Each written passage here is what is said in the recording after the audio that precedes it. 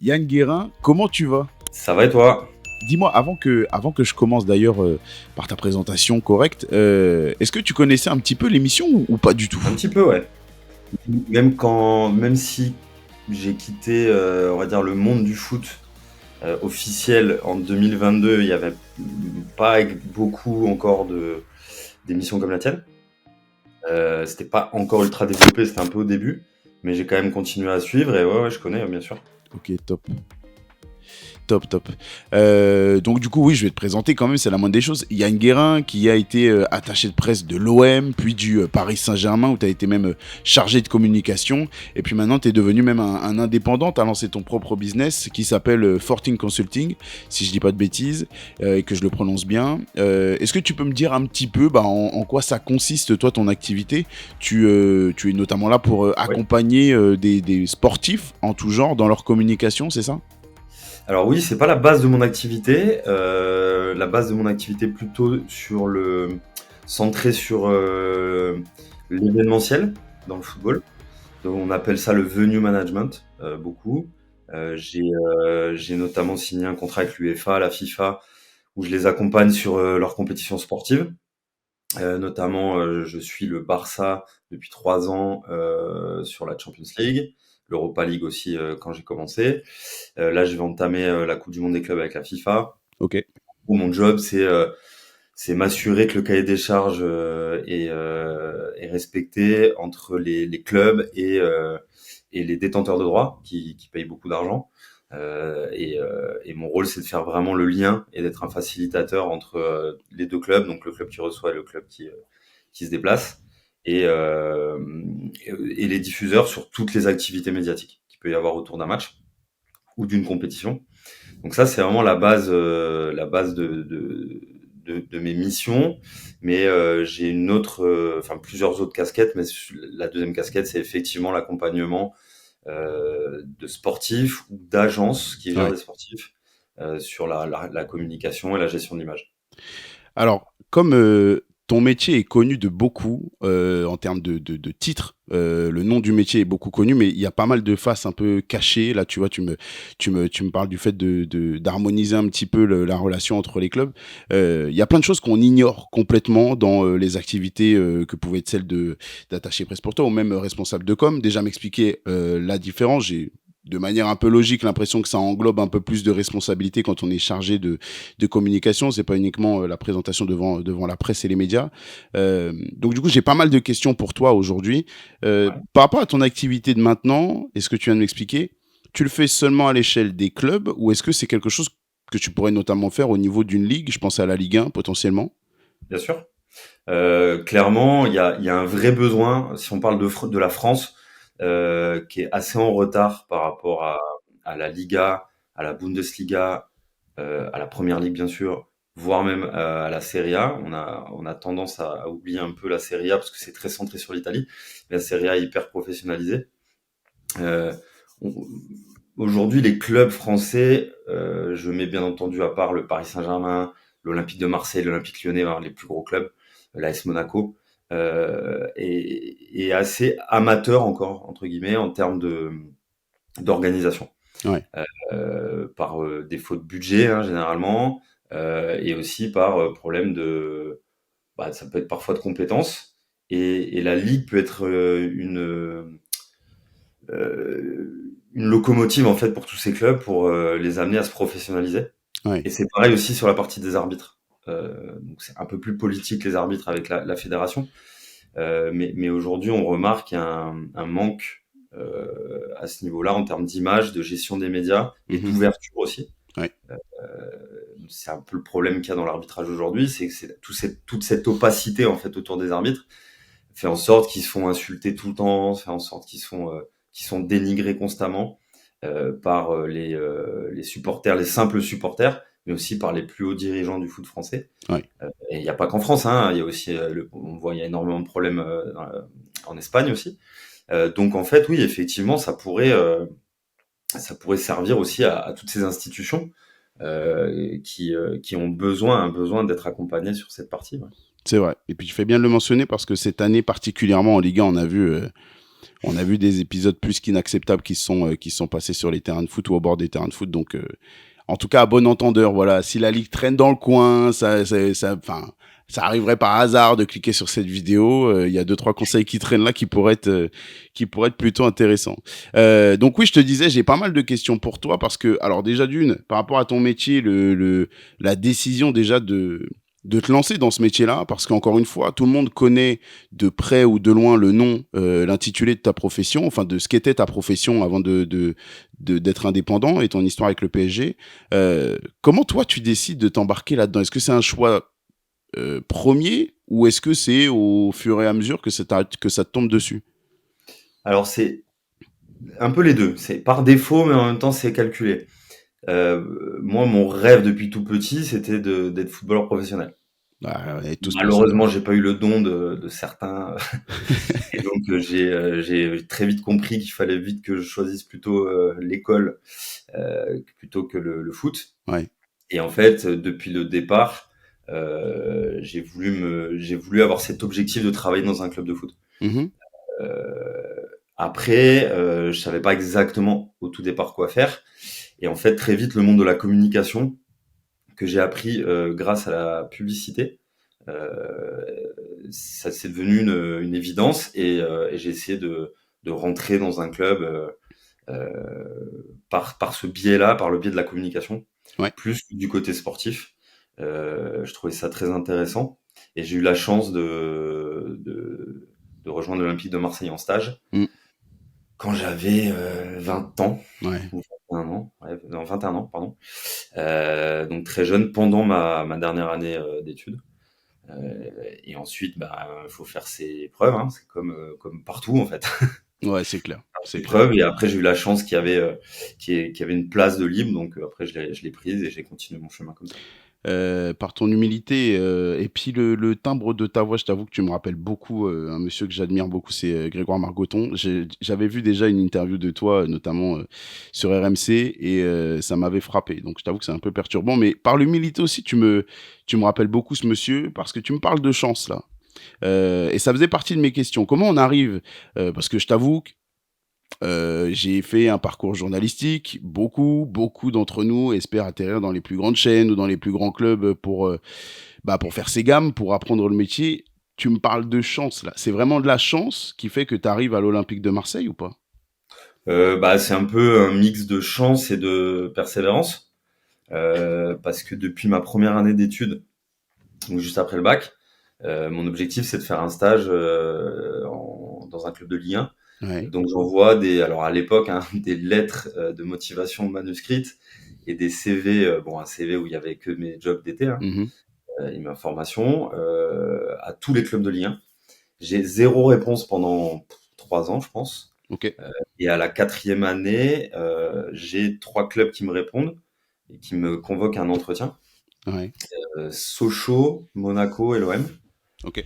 Euh, et en fait, mon choix était très rapide parce qu'au final, l'OM m'a dit OK et moi, c'était mon club de cœur quand j'étais plus jeune. Mais en fait, ouais, c'est un mix entre, bah, là, t'as de la chance parce que au final, personne te connaît, t'as aucune relation dans ce milieu et et voilà, ils cherchent un stagiaire à ce moment-là, donc ils t'appellent. Tu fais bonne impression, mais ça reste beaucoup de chance et pas mal de persévérance parce qu'il y a beaucoup de gens qui auraient pu peut-être s'arrêter au bout d'un ou deux CV envoyés et Mhm. se dire, pas de réponse, j'arrête quoi. Ouais, c'est clair, bravo. Bravo pour l'audace et la persévérance. Alors dis-moi, raconte-moi un petit peu on va retracer ensemble ton parcours et les étapes que tu franchis au fur et à mesure, parce qu'évidemment, il y a des anecdotes, évidemment, il y a des façons de travailler qui m'intéressent énormément, que ce soit à l'OM ou du côté du Paris Saint-Germain, mais qu'est-ce que tu découvres quand tu arrives à l'OM, un club de cette envergure, avec cette notoriété et donc beaucoup d'enjeux médiatiques quasiment à chaque jour, même si il y a pas de match le jour J, il y aura forcément des réactions autour des entraînements, autour des matchs passés ou des matchs à venir, des polémiques qui peuvent tomber.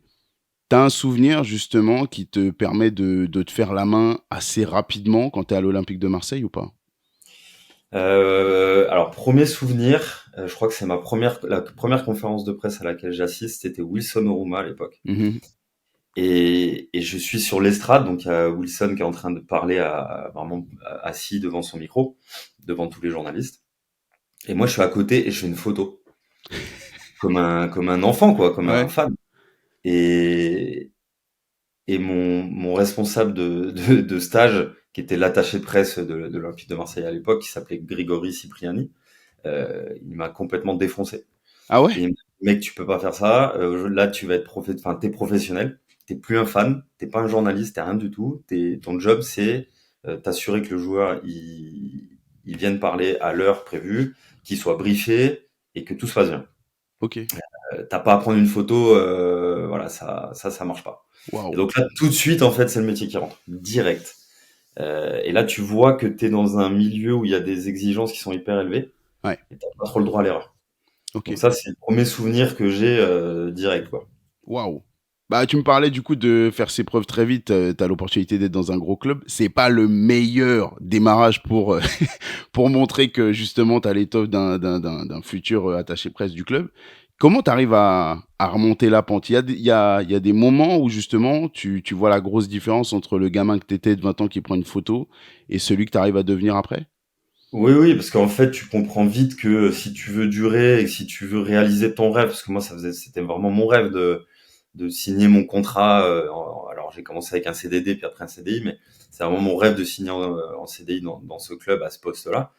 Donc après, bah, tout de suite, tu te remets en question et tu te dis que bah, t'as plus le droit à l'erreur Mhm. et que maintenant, faut montrer de quoi t'es capable, quoi.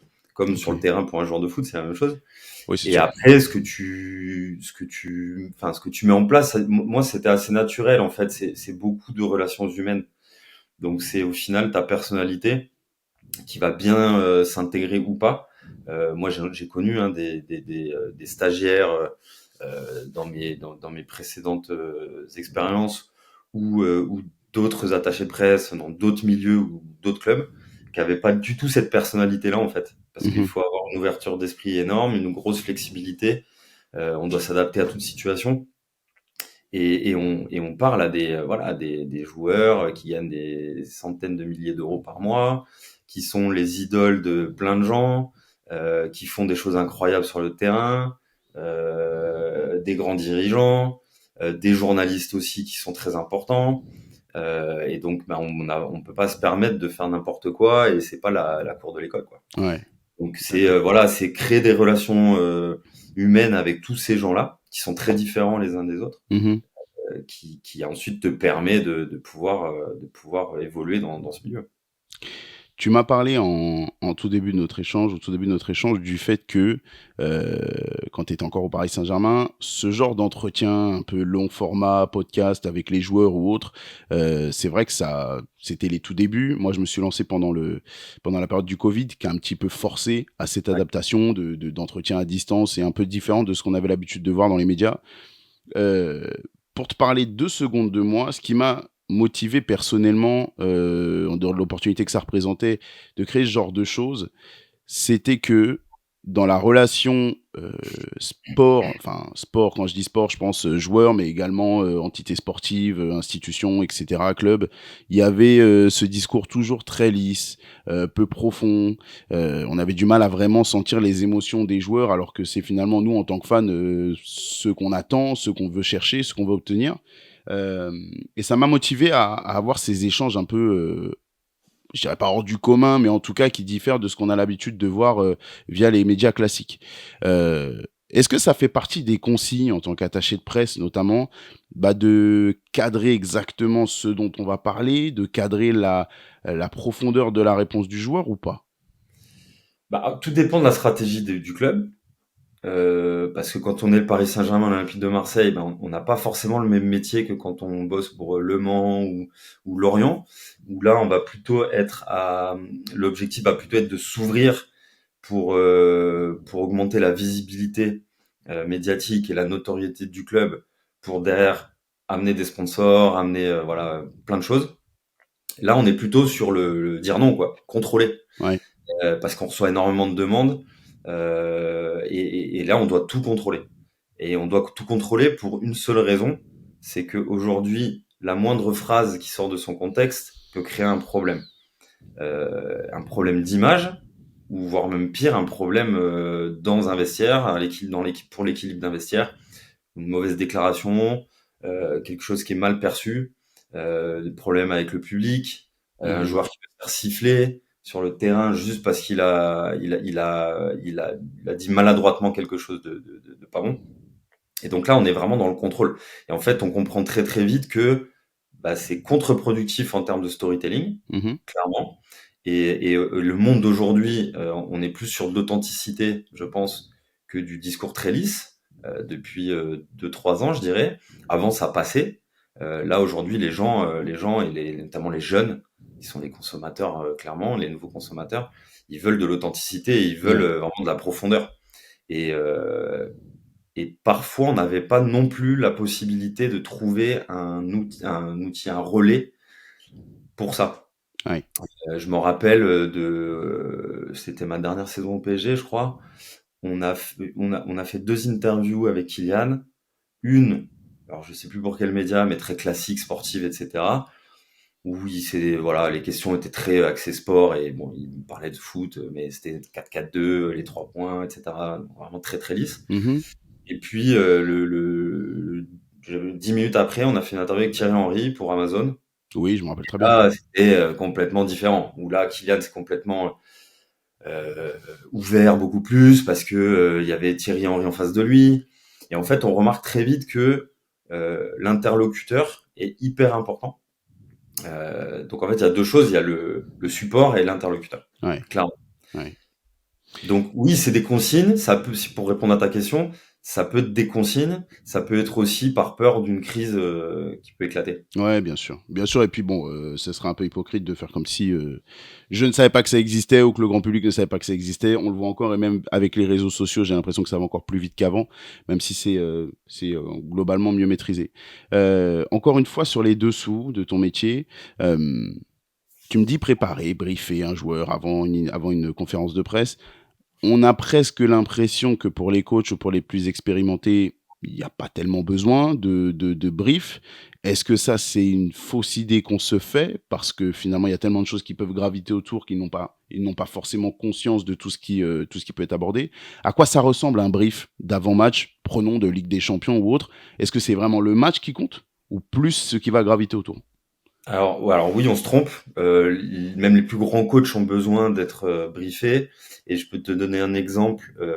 Moi, le coach qui était le plus demandeur et pour lequel c'était le plus important de se voir 15, enfin ça dépend des conférences de presse, mais 15, 20, 30 minutes pour préparer la conférence de presse, c'était Carlo Ancelotti. OK. Pas n'importe quel coach quand Non, même. non. J'ai connu des coachs qui s'en foutaient complet et Ouais. qui étaient pas aussi importants que lui. Euh, donc en fait, oui, il y a un besoin. Pourquoi? Parce que généralement, le coach est le personnage qui communique le plus dans un club. Mmh. Et généralement, il y a déjà des sujets qui ne le concernent pas, ou concernent peu, qui sont traités en conférence de presse. C'était beaucoup le cas au PSG parce que le président communiquait très peu, le club de manière générale communiquait très peu.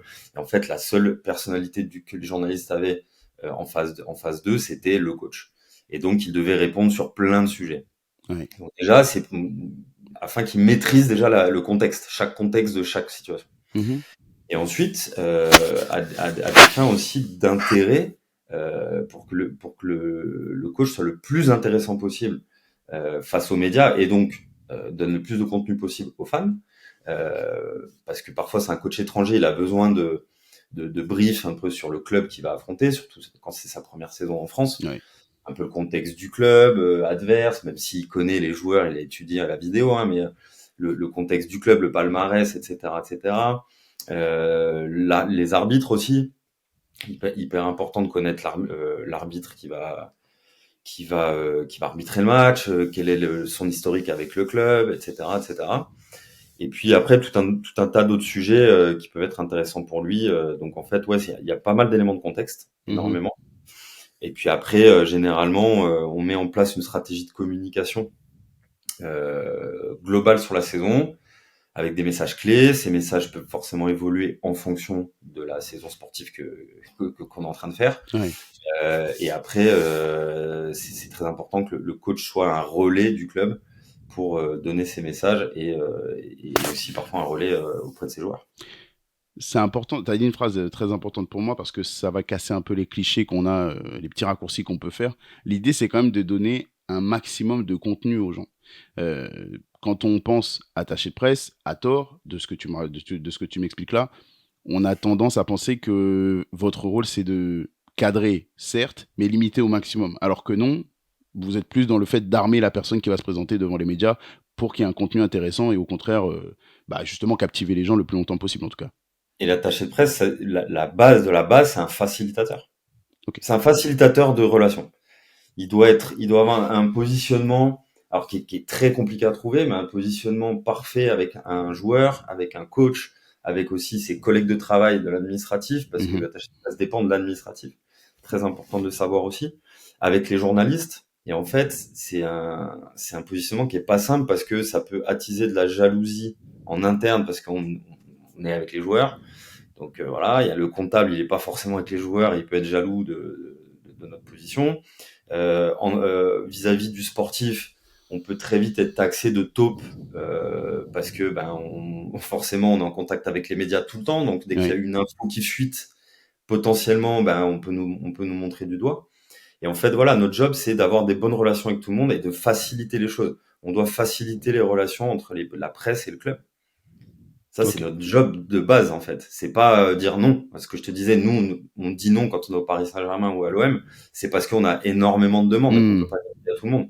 Par contre, on doit faciliter l'accès à certaines informations. C'est pour ça que moi, quand au PSG, j'ai créé un hub, tu vois, une press room pour qu'on mette toutes les informations générales pour la presse qui puisse avoir accès très vite en 2 clics à n'importe quelle information pour se faciliter notre vie aussi. Ok. Malin, le coup du hub, très malin. Bon, c'est pas moi qui l'ai Euh, inventé, hein, mais Non, mais c'est une bonne idée de l'avoir mis en place. Encore une fois, tu me parlais de l'amateurisme parfois du côté de la France par rapport au foot et aux médias. C'est une très bonne idée d'avoir mis ça en place. Dans le sport, encore une fois, j'y suis confronté très souvent lorsque je fais mes demandes pour avoir un joueur qui est en activité. Vraiment, le plus compliqué, évidemment, sont les joueurs en activité parce que les retraités ou les joueurs, même disons en fin de carrière, qui sont partis un petit peu s'exiler à droite à gauche, sont relativement plus accessibles. Mais c'est vrai que les joueurs qui sont en pleine bourre ou en tout cas dans un club qui est dans l'élite, c'est difficile de les avoir et d'avoir une autorisation, surtout pour un média qui n'a pas encore, je croise les doigts, mais l'envergure de certains. Euh, Il y a le fameux statut du joueur blessé, du joueur en mauvaise posture sportive, pour lesquels on dit non. Alors qu'à contrario, je trouve ça, et d'ailleurs c'est souvent l'angle privilégié de mes longues interviews avec les joueurs, ce que vivent les mecs ou les filles d'ailleurs, quand elles sont dans des périodes difficiles, quand ils vivent des revers, quand il y a la nécessité de rebondir. Alors évidemment, avec le temps, c'est plus facile d'avoir du recul et de pouvoir partager de manière plus complète et construite les sentiments, les émotions qui ont pu nous passer par la tête à ce moment-là. Mais c'est hyper intéressant pour même l'audience d'avoir ce retour-là. Pourquoi est-ce qu'il y a ce code de tu ne vas pas bien sportivement, tu ne parles pas. Tu es blessé, tu ne parles pas. alors ça, c'est pour moi, je pense que c'est un truc qui est un peu à l'ancienne. J'ai énormément fait cette erreur quand j'étais plus jeune, à l'OM, au PSG, etc. Alors que la nécessité, c'est de communiquer à ce moment-là, Mhm, justement. Communiquer pour parce que quand on se met à la place d'un sportif de haut niveau, euh, généralement les sportifs de haut niveau, ils aiment la lumière sur eux. Quand ils sont blessés, ils perdent tout. Ils perdent la lumière sur eux, ils perdent l'entraînement avec leurs coéquipiers, ils s'entraînent en marge du groupe, ils ont des soins, et généralement ils arrivent après les autres. Enfin, c'est hyper compliqué psychologiquement pour un sportif de haut niveau. mhm, Et justement, le fait de les faire communiquer, je trouve que c'est une manière aussi de les maintenir à un certain niveau d'engagement sur la saison ou dans le club. Donc ça, c'est une grosse erreur. Pareil sur des sportifs qui sont en mauvaise posture ou qui ont pris un carton rouge, je ne sais quoi. Il y a par exemple, alors je sais pas si ça existe encore, mais en tout cas, c'était dans le cahier des charges de la Ligue, un joueur qui a pris un rouge ou un coach qui a pris un rouge ne peut pas s'exprimer en fin de match. Ce qui est complètement ridicule. mhm. Que justement, euh, bah, en fait, tu peux faire ton mea culpa. Chaque personne peut faire une erreur. Mhm. Tu peux prendre un rouge parce que tu as pété un câble. Tu peux prendre un rouge parce que tu as fait un mauvais geste, parce que tu as voulu aider ton équipe, parce que le mec partait en face à face au gardien. Le coach aussi, enfin voilà, quand on voit ce qui s'est passé avec le coach de Lyon, tu as le droit de faire ton mea culpa après, en fait. Oui. Et puis Et ça couperait comment dire, excuse-moi, mais ça couperait un peu l'incendie qui est en train de se déclencher, ou parfois il y a une interprétation de ce qui se passe sur le terrain qui n'a rien à voir avec la réalité. exactement. Et c'est ce que je disais avec les arbitres tout à l'heure, c'est ça humaniserait un peu plus les gens en fait, de manière générale. Et un arbitre qui va s'exprimer 1 heure après la fin du match, quand il a pris sa douche, quand il a revu les 2 3 actions un peu touchy, au diffuseur ou en conférence de presse, comme on oblige les coachs de le faire, en disant bah voilà, je me suis trompé, là il y a eu une mauvaise communication entre la VAR et moi, ou là on a pris une super bonne décision, blablabla, bah ça humaniserait en fait aussi les Ouais, arbitres, ouais, plutôt que parce qu'aujourd'hui c'est des robots donc pour les gens, alors c'est clair. que c'est des passionnés de foot et ils mériteraient qu'on les mette un peu plus en lumière. Et donc voilà, c'est la même chose pour les joueurs ou les joueuses en difficulté. Qui vivent une mauvaise période, moi je serais toujours d'avis à les faire communiquer, même si tu as un avant-centre qui n'a pas marqué depuis 15 matchs, tu peux dire ce que tu veux, les gens ils vont attendre de toi que tu marques un but. Oui. Oui, oui, c'est clair, c'est clair. Mais en fait, c'est exactement, on se rejoint sur le côté humaniser un petit peu tout ce qui se passe dans le foot et autres. Kylian Mbappé en parlait d'ailleurs dans son interview pour Click où il disait on éteint la télé, c'est bon, ils sont pas là, on rallume 3 jours plus tard, ils sont de nouveau sur le terrain.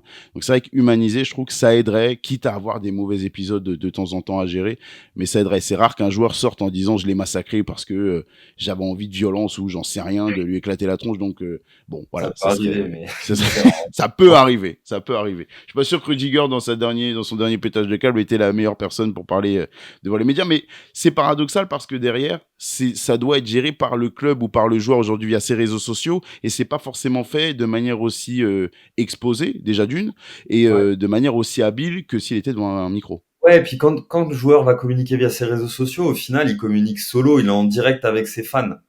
Quand tu communiques via un média, eh ben, tu as la caution du média, en fait. Mm. Tu as le tampon du média qui te dit, eh ben, on atteste de ce qu'il a dit, en fait. Ouais. Oui, il y a Ce une qui est complètement légitimité, ouais. différent. C'est Mm. pas une communication directe, c'est plutôt une communication indirecte. Mm. C'est complètement différent. Donc, ouais, c'est hyper important. D'accord. On va vite basculer sur le Paris Saint-Germain parce que c'est, on va dire, le passage durant lequel tu es le plus expérimenté et le plus récent au sein d'un club. Mais il y a quand même des personnalités qui intriguent le grand public par rapport à ton passage à l'OM, avec des images qui, je trouve, en tout cas moi, je peux le découvrir à force de les croiser, de les entendre dans une interview ou avoir l'opportunité de les voir à des événements. L'image dénote complètement de la réalité de ce qu'ils sont. Et je vais prendre l'exemple, on va dire le plus évident, mais je pense à Franck Ribéry parce que je t'ai entendu parler de Mamadou Niang qui est un très bon client. C'est pareil, c'est une expression qu'il faudra que tu me définisses un petit peu parce que selon les têtes et selon les gens, la notion de très bon client peut différer. Mais restons sur l'image. Franck Ribéry a été critiqué de toutes parts. Je pense que ça continue même aujourd'hui. Tu as eu l'opportunité de le croiser de manière intense tous les jours au quotidien. Dis-moi un peu, toi, ce que tu as vu de son évolution par rapport au, entre guillemets, gamin qui débarquait dans le monde professionnel très, très exposé à l'OM, où, encore une fois, le rapport au micro est très limité et très maladroit, à ce qu'il devient au moment où toi, tu quittes le club. Bah, Franck, en fait, bah, déjà, c'est un super mec, déjà. Ouais. C'est un mec qui a des super valeurs humaines. Bon, à l'époque, j'étais plus jeune, mais je m'en rendais un peu moins compte. Mais voilà, c'est quelqu'un qui a le cœur sur la main, qui donne beaucoup aux autres, qui a des belles valeurs, euh, et, et qui a été très maladroit dans plein de choses et aussi très mal conseillé. Ok. Moi, Franck, je vois son évolution au moment de sa première conf de presse à l'OM, qui est catastrophique en termes de communication, parce qu'il a du mal à s'exprimer, parce qu'il est stressé, et ce qu'il est devenu, c'est exceptionnel en fait. Hmm. Je pense qu'on se rend pas compte du travail qu'il a fait sur et en dehors du terrain, surtout en dehors du terrain, pour devenir le personnage médiatique que c'est devenu après. Après, oui, il a eu des moments très maladroits. Alors, j'ai plus les années en tête. Je crois que c'est l'été peut-être 2005, 2006 ou 2006, 2007, je sais plus, où il fait une interview sur TF1 qui est un peu lunaire, qui est organisée par son agent, où il annonce qu'il se barre du club, etc. Au final, il reste. Mhm. Que Pape Diouf le bloque et dit non, tu vas pas partir. Et je vois comment il s'est comporté après en interne, un super comportement pour l'équipe. Et à la fin, il finit assis sur un tracteur au stade Vélodrome avec Samir Nasri, quoi. Et en fait, non, franchement, et puis c'est un mec qui faisait que des conneries, exceptionnel. Moi, j'ai des souvenirs de lui où un jour, il est blessé en son entraînement. Je suis avec lui et il me dit, ouais, viens, aide-moi à faire une connerie. Et en fait, je lui dis, bah, ça dépend ce que c'est. Et là, il a pris toutes les voitures, toutes les clés de voiture de tous les joueurs. Il a déplacé toutes les voitures. Donc, tous les joueurs avaient la même voiture Ouais. obligation du club. Il y avait juste des couleurs différentes, etc. Il a déplacé toutes les voitures sur le parking et il a changé toutes les clés de toutes les places de vestiaire. Donc les joueurs ont pété un câble, il n'y avait plus un joueur qui savait quelle était sa voiture, etc. C'était à mourir de rire. Et il filmait tout, enfin voilà quoi. Et ouais, c'est un super mec, c'est un mec pour un vestiaire. Si t'as de la chance d'avoir un mec comme ça dans un vestiaire, c'est incroyable. Ouais.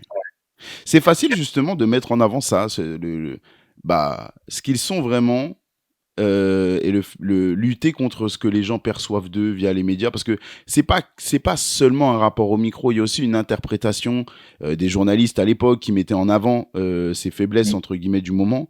Est-ce que c'est facile pour toi? Est-ce que c'est même ton rôle de lutter contre ça ou pas? Le faire venir peut-être un peu plus souvent en conférence de presse, le briefer sur ses axes d'amélioration notamment, ça fait partie de ton rôle? Ouais, ouais, bah, ça fait partie du job d'attaché de presse ou du directeur communication. Mais ça dépend beaucoup du joueur en fait, parce que t'as des joueurs, t'as tous les profils, hein. T'as des mecs qui aiment bien, t'as des mecs qui aiment pas du tout, t'as des mecs qui sont stressés, t'as des mecs qui ont peur, des mecs qui attendent que ça, de communiquer, etc. Donc tu peux pas aller contre nature à un moment, t'es obligé de t'adapter à la personnalité du joueur. Hmm. Donc, tu peux lui conseiller sur une situation, tu peux dire, tu communiques pas assez, il faut absolument que tu communiques, je vais t'aider, on va mettre ça en place, etc. Si le mec, il veut pas parce que sa personnalité n'est pas adaptée à communiquer, tu peux pas, en fait. Non. Donc, bah, après, il faut que tu fasses du off, t'appelles un peu les journalistes, tu donnes un peu quelques anecdotes, tu mets en avant des stats si le mec se fait critiquer, enfin, voilà, t'essayes par, A plus B de bidouiller quelque chose. Mais ouais, ça dépend vraiment de la personnalité de chaque joueur. D'accord. Je te parlais de la formulation bon client. Alors bon client, dans mon esprit, c'est quelqu'un qui sait s'exprimer correctement, entre guillemets, en tout cas pas forcément dans le verbal, mais qui donne du contenu à une réponse. Voilà, on n'est pas dans de la langue de bois, on n'est pas dans répondre à côté, on est dans le fait de vraiment partager, même si c'est maîtrisé. Pour moi, c'est ça, bon client, surtout. Mais pour d'autres, c'est simplement bien répondre à la question, même si c'est de la langue de bois, tant pis. Avoir un discours un peu lissé, sans faute de vocabulaire, sans faute d'expression orale. Pour toi, c'est quoi un bon client? Alors déjà, un bon client, c'est très péjoratif Ok. pour les joueurs. Parce qu'en gros, la perception qu'ont les joueurs du mot bon client, du terme bon client, c'est quelqu'un qui dit toujours oui quand on lui demande de parler. Ok. Et ça, c'est pas ultra bien perçu de parler tout le temps, de dire oui parce que t'as trois coéquipiers qui ont dit non, bah toi tu t'es toujours le mec qui va dire oui. C'est plutôt cette perception-là Ok. que moi j'ai. Et de toute façon, bon client, c'est un terme qui a été inventé par les journalistes, hein. Oui, totalement. Pas par les joueurs, pas par le côté sportif, ni par les communicants. Euh, mais ouais, enfin, si moi je devais redéfinir le terme bon client, c'est vraiment quelqu'un qui va donner du contenu plutôt, Ok. qui est très intéressant pour les gens. Tu bascules du côté du Paris Saint-Germain.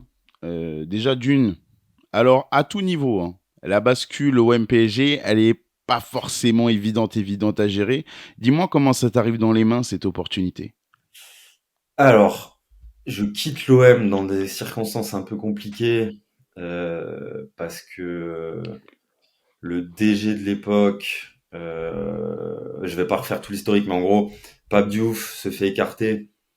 Ma directrice communication, qui s'appelle Nathalie Paoli à l'époque, est écartée 2 mois après, mais dans des circonstances assez sales, Mhm. par DG et président de l'époque. Donc le président de l'époque, c'était Jean-Claude Dacier. Alors qu'on avait discuté avec lui en amont pour lui dire, écoutez, président, si vous pensez à vos yeux, on a été trop proche de Pape Diouf, on comprendrait que vous nous écartiez, aucun problème. Il dit, non, non, je vous fais confiance, etc., etc. Et au final, il a pourri la situation. Et moi, je suis parti en de mauvaises conditions de l'Olympique de Marseille. Et en fait, dans ma tête, moi, je suis un fan de l'Olympique de Marseille depuis petit. Et bah, tu perds ton premier amour, quoi. Mhm. Donc, t'es énervé, t'es déçu. T'as tout un tas. En plus, t'es jeune aussi. Oui. Donc, t'as tout un tas de sentiments qui te passent par la tête. Et en fait, tu dis quelle serait la meilleure façon de faire chier l'OM, entre guillemets, c'est d'aller au Paris Saint-Germain. D'accord. Et alors là, pour le coup, toutes les planètes qui se sont alignées à 100%. C'est mon meilleur ami d'enfance que j'embauche à l'Olympique de Marseille à la base, Alexandre Rosé, qui est resté 15 ans attaché de presse de l'OM, qui est encore au club mais qui a changé de métier, qui me dit qu'il a parlé avec l'actuel attaché de presse du Paris Saint-Germain, Mathias Barbera, que Mathias va partir et que la place est libre. Et donc Mathias m'appelle et me dit, bah la place est libre, je te mets sur le coup. Et derrière, le club m'appelle. Waouh. Et ça se fait hyper vite. Et donc en fait, c'est un énorme concours de circonstances qui fait un peu plus d'un an après mon départ de l'OM, j'arrive au Paris Saint-Germain. On est sur quelle période? 2011, décembre 2011. Donc, au meilleur des moments possibles avec l'arrivée du projet QSI.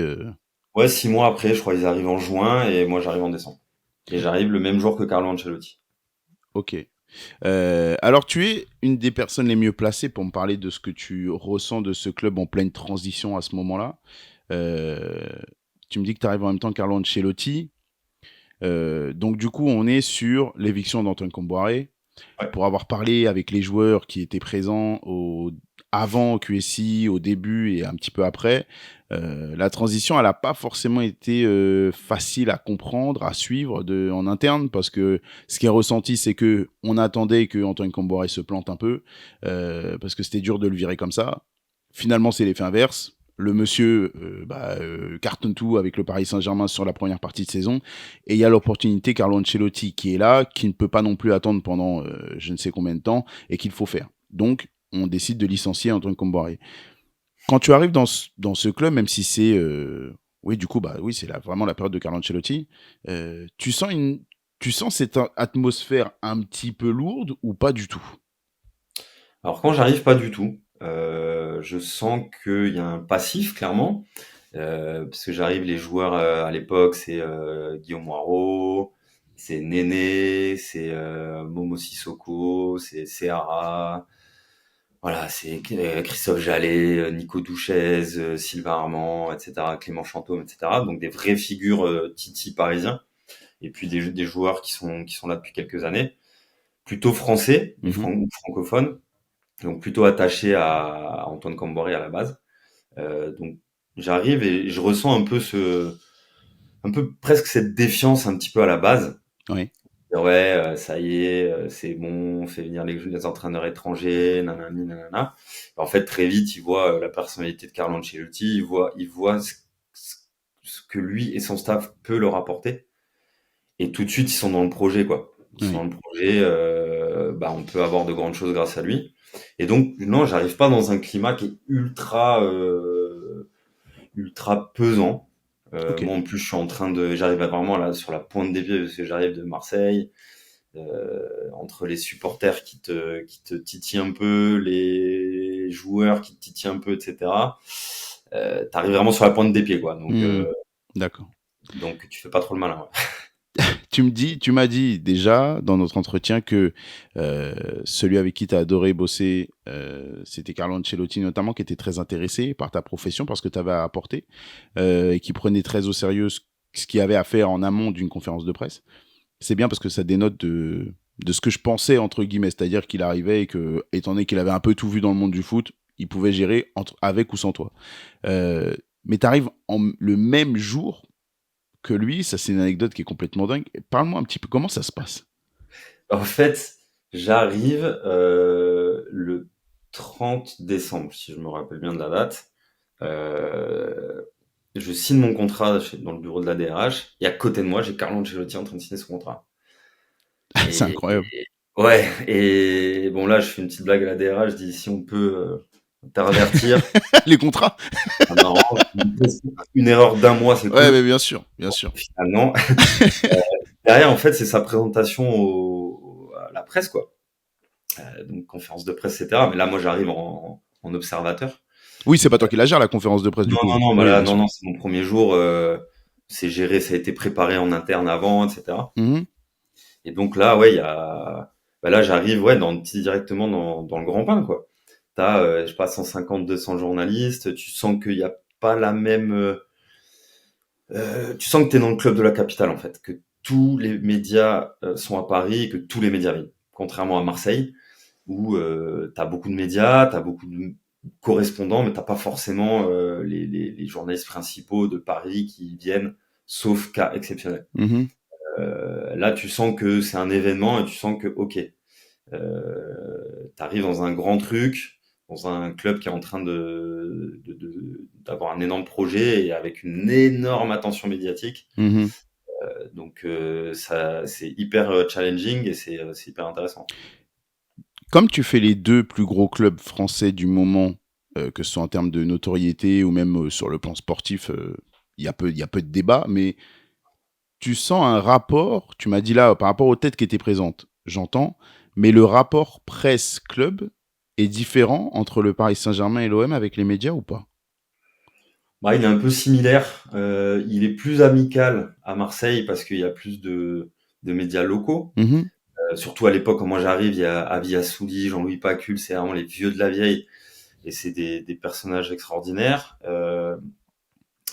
À Paris, à Paris, le lien est un peu plus froid, en fait. Ok.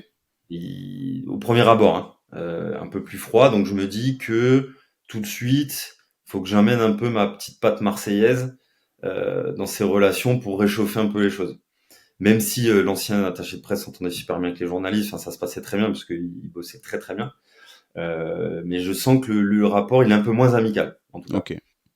Ce qui s'explique par le fait que ce soit le club de la capitale, que la Hmm. capitale en France, de toute façon, Paris est plus froid que Marseille Oui. ou plus froid une autre ville. Et que là, il y a tous les grands médias qui sont là et que voilà quoi. D'accord. Alors, tu n'es pas là pour la conférence de presse de présentation de Carlo Ancelotti. Par contre, tu es là pour tous les grands rendez-vous qui vont suivre derrière.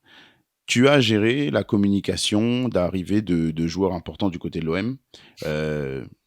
Les joueurs, le niveau, l'exposition, le statut des joueurs qui vont arriver du côté du Paris Saint-Germain, surtout dans cette première période où on recrute pas mal de gros noms, plus qu'après encore, même s'il y a le paradoxe de Mbappé, Messi et Neymar.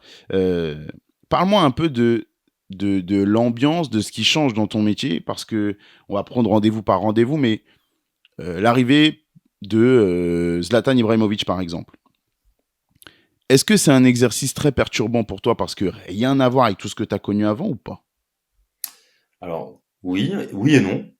Pourquoi? Parce que déjà, c'est pas exactement les mêmes objectifs.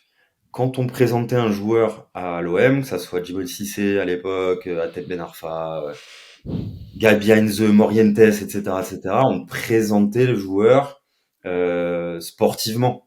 Il y avait une conférence de presse, il y avait une photo avec le ballon, il y avait une photo avec le maillot, le président, directeur sportif, classique. Il n'y avait pas forcément un gros objectif d'image. Mhm. Là, tout de suite, on sent qu'il y a un gros objectif d'image Ok. au Paris Saint-Germain. Quand on présente Zlatan Ibrahimovic, on ne présente pas simplement un joueur, on présente une icône. Et on veut se servir de ça pour faire rayonner la marque Paris Saint-Germain à l'international. Mhm. C'est pour ça qu'on décide d'aller un peu en last minute au Trocadéro pour avoir cette photo de Zlatan qui jongle et qui pose avec son maillot devant la Tour Eiffel. On sait que cette image va faire le tour du monde. C'est pour ça qu'on prépare ça un petit peu en amont mais sans trop le préparer, avec la direction communication, la direction marketing du club, et la direction sportive qui est pas forcément fan de ce genre de trucs. Ouais. Et c'est là que tu as les deux visions qui peuvent s'affronter parfois entre le sportif qui est très terre à terre et et la com, le marketing, etc., qui veut plutôt faire rayonner la marque. Ouais, ça te perturbe un peu forcément, parce que c'est pas simplement briefer un joueur pour une conférence de presse et faire 3 photos et 4 interviews. C'est trouver quelque chose qui va faire rayonner la marque à l'international. Hmm. Et dans le monde du football aussi. Oui.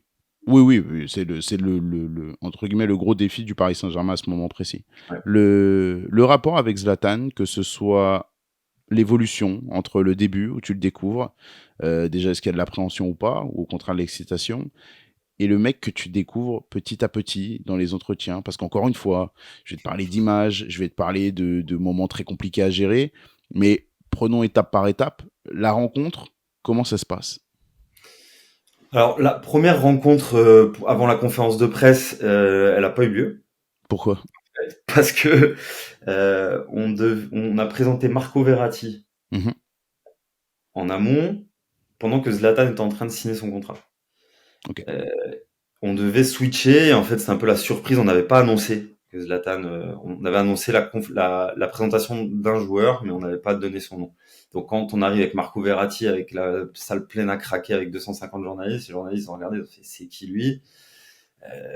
Et en fait, la conf de presse a duré presque j'allais dire des heures, mais non, mais elle a duré au moins 1 heure parce que on attendait, je crois, apparemment un papier du Milan AC qui tardait à arriver, etc. Tant que ce papier n'était pas là, on pouvait pas le présenter. Ce qui fait qu'en fait, Zlatan, il arrive au moment où la conf a déjà commencé. Donc moi, j'avais pas le temps de le briefer, donc je le rencontre, mais je lui parle pas. D'accord.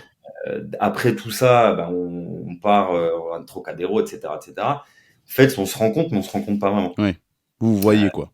Voilà.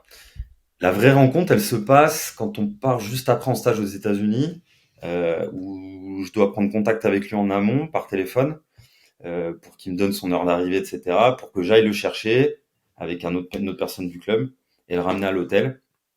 Et là, ouais, t'as un petit peu d'appréhension parce que c'est Zlatan, t'as un peu d'excitation aussi parce que c'est Zlatan, et très vite tu comprends que c'est pas un joueur que t'as déjà rencontré. C'est totalement différent. Pourtant, j'avais déjà bossé avec ce que j'estime des grands joueurs, tu vois, Morientes, le mec, il a gagné la Champions League, Gabi Heinze, qui est un peu un fou et qui est, et voilà, t'avais quand même des grands joueurs, mais là, tu sens que c'est un Ouais, c'est au-dessus. total autre niveau, quoi. Et en fait, l'évolution, elle se fait, en fait, ce qui est génial, c'est que le gars t'oblige à être irréprochable et à monter ton niveau d'exigence du matin au soir. Quand tu lui parles, faut que tu sois sûr à 100% de ce que tu lui dis, sinon il te défonce. Et tu sais, il te défonce à la Zlatan. Il est pas irrespectueux, il est pas. En fait, tout est fait pour faire progresser le club. Ouais. Et il a fait ça avec tout le monde, de magasinier à l'intendant, au cuisinier, à tout le monde, au mec de PGTV, au mec du site internet, au photographe. Il a fait ça avec tout le monde. Et en fait, c'est grâce à lui, à un moment, que le club a progressé. Par quoi il te fait progresser, toi, personnellement? Qu'est-ce que tu changes à son contact? Bah, en fait, moi, j'augmente vachement mon niveau d'exigence sur la préparation de toutes mes interventions. C'est-à-dire que quand je vais parler à Zlatan, quand je vais parler à Blaise Matuidi, parce que c'est mon pote, entre guillemets, Blaise, j'ai pas forcément besoin de préparer ce que je vais dire. J'ai besoin de savoir ce que je dois lui dire. Si je veux lui vendre, entre guillemets, une interview, faut que je lui dise, bah, faut que tu fasses ça parce que pour toi, c'est bien, c'est le bon moment pour le club, ça s'inscrit dans un truc, etc. Zlatan, faut aller beaucoup, beaucoup, beaucoup plus loin. Et en fait, tu dois, en gros, c'est comme si tu passais un entretien d'embauche à chaque fois que tu lui parles. Ok. Et donc, ça t'oblige à essayer d'être au top tout le temps, en fait. Hmm. Et donc, à un moment, ce niveau d'exigence que tu augmentes à chaque fois que tu lui parles, au final, devient ton quotidien. Et en fait, tu augmentes ton niveau d'exigence de manière naturelle et tu essaies d'être au top tout le temps. Dès que tu arrives le matin au boulot, faut que tu sois au top. Avec tout le monde. C'est fou que cette aura-là dont tu me parles, dont les joueurs ont déjà parlé, dont même les joueurs ont déjà parlé, et comme tu me dis là, au niveau de l'intendance ou au niveau du magasinier, peu importe, ça ait des répercussions sur toi, c'est incroyable, c'est impressionnant. Bon, ok, tu gères une très bonne nouvelle qui est l'arrivée de Zlatan Ibrahimovic. Ok. La... Un épisode un peu moins agréable, c'est... Enfin, j'ai du mal à dire moins agréable, parce que quelque part, c'était un step-up de la part du club qui réussit une grosse performance. Je parle de la double confrontation face au FC Barcelone, la première grosse élimination du Paris Saint-Germain en quart de finale de Champions. Justement, toi, quand tu abordes cette élimination, est-ce que tu es dans un esprit positif parce que le club a réussi à step up entre guillemets dans sa notoriété, dans son niveau sportif, etc.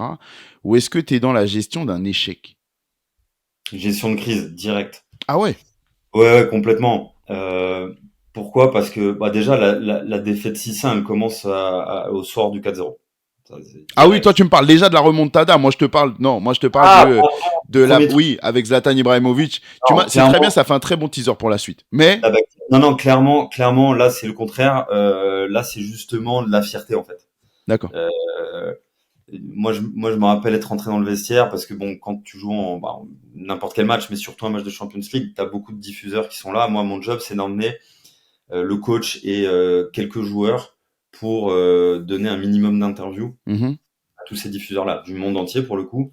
Tu as des diffuseurs américains, sud-américains, africains, asiatiques, européens, etc. Et ça fait partie du job et ça fait partie aussi du rayonnement du club. Euh, donc là, bah, pour des raisons d'image, clairement, mon job, c'est d'aller dans le vestiaire malgré une défaite et dire les gars, toi tu dois viens parler, le briefer rapidement, tu vas faire 3 interviews, toi tu vas faire 5 interviews, etc. Quand je suis entré dans le vestiaire, j'ai rarement vu ça, qu'il y avait des joueurs qui pleuraient ah ouais. parce qu'ils sont sentis, ouais, ils étaient vraiment proches du truc, quoi. Et, et en fait, bon, Carlo, il a encore, comme d'hab, eu un discours exceptionnel. Et en fait, les joueurs sont sortis, ils m'ont tous dit ouais Yann, vas-y si tu veux, on peut faire des interviews. J'avais presque trop de joueurs à la fin qui voulaient parler, Ouais. que d'habitude après une défaite, tu dois galérer, c'est hyper compliqué, etc. Là, franchement, tout le monde était hyper fier. Et là, Hmm, t'étais dans le truc, ok, on va s'en servir justement pour montrer qu'on est là, quoi. hmm. Qu'on a évolué, qu'on a progressé, et maintenant on va être là, quoi. D'accord. Ok. J'avance chronologiquement parce que pour garder une espèce de logique dans tout ça, mais tu m'as parlé, du coup, si on est dans l'évolution, de Carlo Ancelotti, très ouvert, très dispo. Même je vois des joueurs étrangers, pareil, très ouverts, très dispo, intéressés. Parce que de ce que tu me dis, j'ai quand même l'impression que Zlatan était plutôt du genre intéressé, même surintéressé par l'aspect médiatique et la gestion de tout ça, plutôt à bâcler ça. Autant moi, c'est vrai que de l'extérieur, j'ai senti un homme comme Carlo Ancelotti très bienveillant, très ouvert avec les médias. Quand on a eu des entraîneurs français au PSG, paradoxalement, malgré l'opportunité que c'était pour eux aussi, j'ai senti une froideur qui est très française et très capitale française. Mais je pense à Laurent Blanc, d'une conférence de presse à une autre. Mais bon, ça, il l'a gardé même à l'OL, parce que j'ai en tête l'interview où il dit carrément qu'il faut changer l'entraîneur. Voilà, ça fait partie du personnage. Mais je pense aussi à Christophe Galtier, qui a, euh, d'un moment à l'autre, été beaucoup plus jovial, avenant, disponible qu'à d'autres. Est-ce que finalement, c'est avec les entraîneurs français que ça a été plus dur de travailler pour toi ou pas? Alors moi, j'ai travaillé au PSG seulement avec Laurent Blanc. Ouais, Moi, je suis parti quand il y avait Mauricio Pochettino, donc avant avant Christophe Christophe Galtier. Galtier, ouais. Christophe Galtier. J'ai connu Christophe Galtier grâce à Jean-Louis Gasset, avec qui je suis très proche, qui le connaît très bien, etc. Donc sur les terrains et tout. Mais Laurent, ouais, Laurent, c'est un personnage particulier. Mhm. Euh, j'ai bossé 3 ans avec lui, j'ai adoré bosser avec lui et son staff. Euh, mais parfois pour mon job, c'était pas simple. Euh, on sent, voilà, moi ce que j'appelle un peu le syndrome champion du monde 98. C'est quoi ce Euh, syndrome? Bah parfois il y a ce côté un peu j'ai tout vu, je connais tout, j'ai tout fait. Hmm. Et, et, c- et c'est là qu'on se trompe parce que en 98, t'as fait un truc exceptionnel, mais là c'était il y a 25 ans en fait. Donc Ouais. Donc c'est différent. Mais il était quand même très à l'écoute. Parfois non, clairement, mais comme tous les coachs, hein. Mais il était quand même à l'écoute. C'était assez intéressant de bosser avec lui. C'est vrai que euh, en termes de contenu, c'était pas exceptionnel. En conférence de presse, c'était plutôt Non. langue de bois. Hmm. Et ça, c'est un syndrome un peu d'entraîneur français que j'ai beaucoup, enfin que j'ai remarqué hein, de manière générale, beaucoup quand on prend cette génération d'entraîneurs. Ouais. Et Antoine Boiré, Derzakarian, Christophe Galtier, tous ces entraîneurs-là, tu vois, Pascal Duprat, etc., que j'ai pas connu, hein, mais je les ai écoutés et il y a quand même souvent cette langue de bois, souvent c'est un peu cette presque parano devant les médias, Hmm. ce qui est un peu dommage. Mais bon, après c'est leur personnalité encore une fois, hein. Mais tu as raison, très français, parce que Eric Guéret, qui est francophone, n'avait pas du tout cette attitude. Pas du Ah tout non, cette attitude. non, Eric, c'était, bah moi c'est un des entraîneurs avec lequel j'ai le plus apprécié travailler humainement, exceptionnel. Hmm. Ok. Bon, Exceptionnel. ça, il transpirait ça, donc Ouais, ouais, bah, je complètement. t'avoue que c'est assez Chaque fois évident. que l'OM marquait un but, le joueur, il allait lui sauter dans les Ouais, bras. c'était. T'as compris? Même en fan du Paris Saint-Germain, c'est vrai que c'était un bonheur de voir ce coach-là en Ligue 1. C'était un bonheur. D'accord. Bon, alors on va parler un petit peu, encore une fois, de la gestion d'événements. Euh, un peu plus compliqué cette fois. Je prends le départ de Carlo Ancelotti parce que ce soit à l'instant T, il y avait eu des bruits par rapport à la relation avec le club qui s'est un petit peu détériorée. Il a été jusqu'à le confier plus tard dans des interviews où il a admis que c'est vrai, il y avait eu une cassure, notamment après le match contre Porto, ou avant le match contre Porto, où on lui met un petit peu le couteau sous la gorge en lui disant, s'il n'y a pas victoire, tu sautes. Euh, Est-ce que tu es au fait de tout ça à l'époque, au moment où ça se passe, toi ou pas? Alors oui, et ce qui était top d'ailleurs, parce que quand on est dans la com, on a besoin d'avoir toutes les infos. On a besoin d'avoir confiance, enfin que les gens aient confiance en nous, pour nous donner toutes les infos, pour soit anticiper des choses, ou soit décider de communiquer ou pas communiquer. Mais pour ça, on doit avoir toutes les infos et maîtriser tout le contexte. Et à l'époque, Leonardo me mettait dans la confidence de quasiment tout.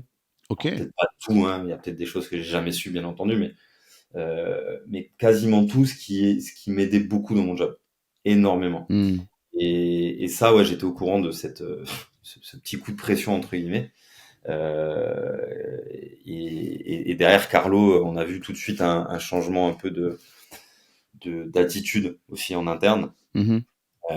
Et bah, quand on a l'info, forcément on comprend. Quand on n'a pas l'info, on comprend pas. Donc ouais, ouais, clairement. C'est difficile à gérer pour toi sur le long terme parce que finalement il reste, il y a un bon résultat, il reste. C'est Bah, il difficile reste à à la gérer. fin de la saison. Il Ouais. reste à la fin de la saison. Mais du coup, Bah, cet épisode-là, il arrive pendant les phases de poule de Ligue des Champions. c'est ça. C'est la première place qui est en jeu. Et Ouais. comment dire, oui, du coup, il reste. Est-ce que sur la durée, alors c'est un grand professionnel, certes, mais tu me dis toi-même qu'il y a une cassure, qu'il y a un changement dans son comportement. C'est lourd à gérer ou pas? Non, non, parce qu'il le fait pas. C'est quelqu'un d'hyper pro et hyper humain, donc il le laisse pas transpirer euh, en interne au quotidien. Tu sens qu'il est un peu plus crispé sur certains trucs, D'accord. mais par contre, au quotidien, non, il le montre pas du tout. Ok. Non. Alors, autre gestion de moments difficiles, le fameux coup du périscope.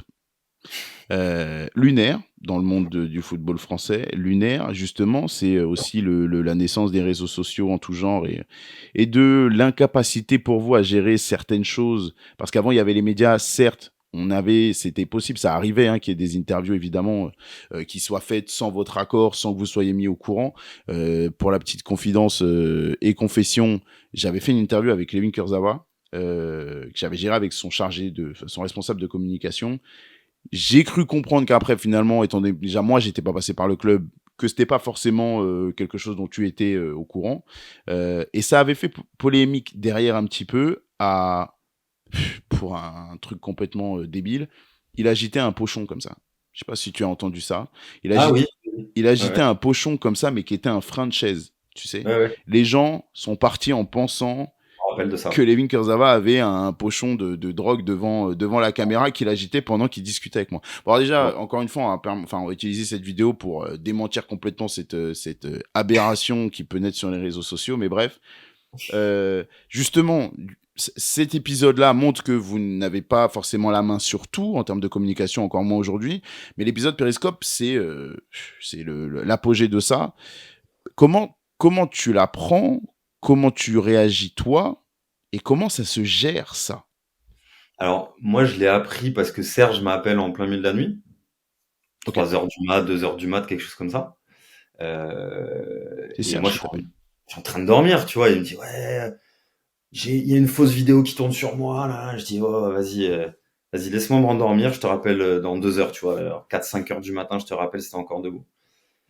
Ok, je raccroche et je me dis, non, attends, il y a un truc. Je regarde et là, je vois Periscope, ça commence à être repris. Je vois Pierre Ménès qui fait un tweet qui dit que il a eu le joueur et que il va démentir, tout est faux. Et, ok. Periscope, je suis pas un expert des réseaux sociaux, mais Periscope c'est du live. Hmm. Donc, et l'IA n'existait pas ou Non. très peu à l'époque, donc il n'y a pas de deepfake, etc. Donc voilà. Donc là, je rappelle Serge, je lui dis bah dis-moi la vérité déjà. Et il me dit ouais bon ok voilà. Donc il m'explique le truc. Ah, il essaye de cacher un peu la vérité au départ? Tu sais, c'est Dans le c'est la déni un peu? réaction typique. Hmm. C'est pas C'est moi. pas moi, c'est les autres. Ok. C'est la réaction typique, mais de tout le monde, Ouais. n'importe où, tu vois. Ça reste, ça, il reste jeune, hein, à l'époque, il a Mhm. 3 ans, comme Ouais. ça, tu vois. Et ouais, après ça se gère. Bah là, pleine nuit, je fais un message que je vais pas tous les réveiller, mais message directeur sportif, président, Waouh. directeur com. Je fais un peu le lanceur d'alerte en interne. Attention, il y a ça. Je leur envoie le lien du truc et je leur dis, ben, il faut qu'on s'appelle, qu'on se voit le plus vite possible. Puis donc là, ça s'enclenche, tout un truc qui s'enclenche. Et là, je suis un peu entre le joueur et la direction. Et c'est pas simple, clairement. Et on sent qu'on manque un peu d'expérience. On a fait des erreurs. On manque un peu d'expérience. On fait une réunion de crise dans un hôtel où on prend des décisions. On n'est pas tous d'accord sur les décisions à prendre. Bon, après, le président tranche. Il tranche. Parce qu'il est Euh, présent à cette réunion? ouais, Ok. il tranche, voilà, qu'on soit d'accord ou pas avec lui, c'est le président, donc on applique. Ouais. Ensuite, on convoque Serge pour qu'il présente ses excuses à PSG TV. Et en fait, les excuses, c'est aussi lunaire que le périscope. C'est catastrophique. Il est en train de lire un texte, ça sort pas du cœur, il s'en fout. Enfin, en plus, on le diffuse à PSG TV, ce qui est catastrophique aussi. Hmm. Enfin voilà, enfin, on n'a pas fait grand-chose de bien, clairement. Et puis après tout cet épisode-là, il y a tout ce qui s'ensuit, euh, où le président va le voir jouer avec l'équipe réserve. Enfin, il y a Ça, pour toi, c'est une faute de com, ça, d'aller le voir jouer en équipe une réserve? énorme faute. Pour moi, c'est Pourquoi? une énorme faute de com. Parce Il que montre un soutien, en gros? un joueur qui a insulté l'institution, qui a insulté des coéquipiers et son coach, tu le, tu le sanctionnes, tu peux pas aller le Ouais. voir, en Hmm. fait. C'est Hmm. pas possible. C'est quoi l'image que t'envoies, tu vois? Ouais. Ouais, je vois. En gros, Et c'est que t'es derrière lui, quoi. Même s'il est sanctionné, t'es derrière lui, quoi.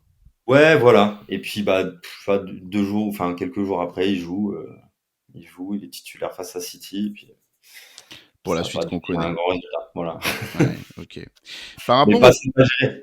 Il n'y a pas de bonne. En fait, moi, ce que je dis, parce que pour la première fois cette année, j'ai donné des cours à des étudiants, et je leur ai dit, il n'y a pas de bonne recette, en fait. Sur une gestion de crise, c'est, la bonne recette, c'est d'anticiper, de préparer tous les scénarios possibles qui peuvent arriver sur une saison. Euh, et des process pré-mâchés, entre guillemets. Après, une fois que le truc il arrive, il n'y a pas de bonne recette. Moi, chaque fois que je pensais avoir tout préparé, il s'est passé un truc différent. Ok, Donc, d'accord. c'est ouais, c'est Bon, il compliqué. y a la gestion vis-à-vis du joueur, mais il y a la gestion vis-à-vis du coach et vis-à-vis du vestiaire.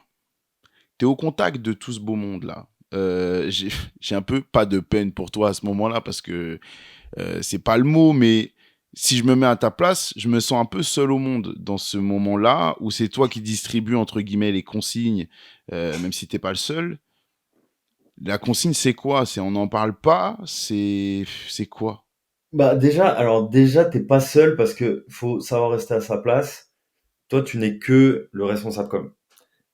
C'est pas toi qui as toute la responsabilité. Toi, tu as juste la responsabilité de la communication. Mhm. Et la responsabilité la plus importante, c'est président, directeur sportif, coach, et son management avec les joueurs, etc. Bah, c'est eux qui dictent ça en interne. Et toi, tu dois t'assurer qu'en externe, ça soit relayé de la bonne manière. Donc au final, faut rester à ta place parce que là, tu peux très vite te devenir la personne. Ouais, mais il a dit ça, tu te rends compte, tu fais oh mec, c'est Ouais. pas mon job. Mhm. Et ça, c'est hyper important.